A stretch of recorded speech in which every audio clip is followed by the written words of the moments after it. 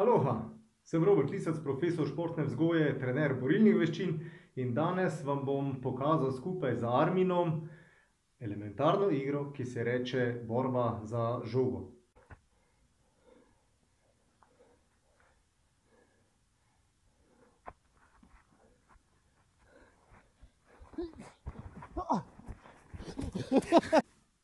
Že samo ime pove vse, torej, da gre za borbo za žogo in fajn je, ker lahko pri tej elementarni igri variramo celotno igro s tem, da recimo spreminjamo velikost žoge.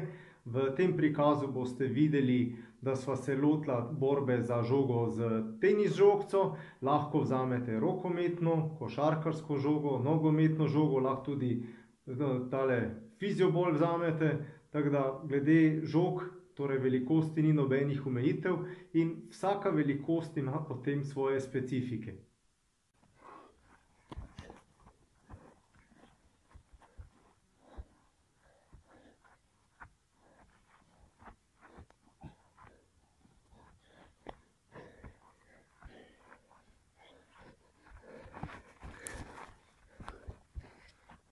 Torej, če imate opravka z začetniki, je dobro, da na začetku te stvari preselite na tla, da so na tleh blazine, torej, če pa to ne izvajate v dvorani, recimo na kakšni plaži, da je mehek pesek, zato da se noben ne more poškodovati in štartate kleče ali pa sede in se potem ruvate za žogo. Torej, na začetku absolutno udarci niso dovoljeni in potem z znanjem in z napredovanjem lahko kasneje tudi vključite recimo udarce. Tako da imate v eni roki žogo, na drugo roko si nataknete boksarsko rokavico, seveda date v usta ščitnik za zobe in gremo naši. Tako da to zna biti kar zabavno, ampak to je potem že bolj MMA varianta, torej varianta mešanih borilnih veščin.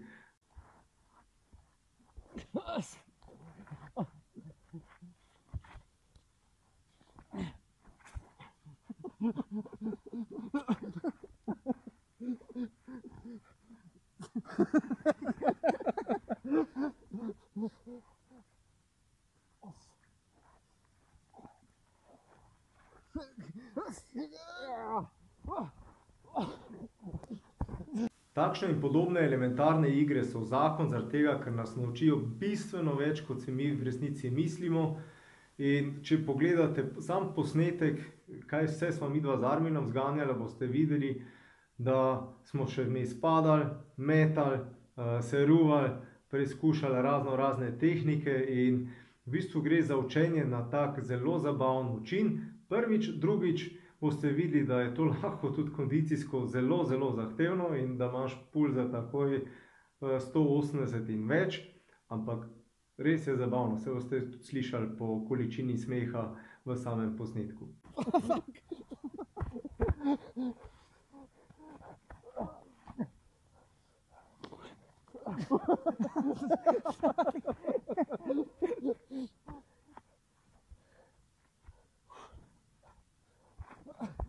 Še to, če želite več takšnih ali pa podobnih informacij, na bolj poglobljen način se lahko pridružite tudi naši Facebook skupini O telesu in tam pač napišem od časa do časa kakšen članek, kakšno misel, kakšno razlago in grem bolj v podrobnosti.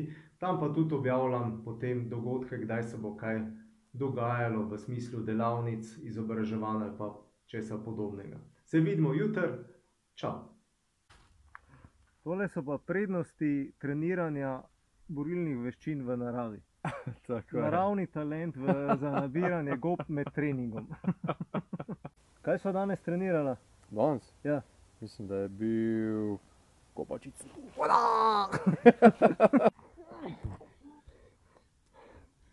Oh.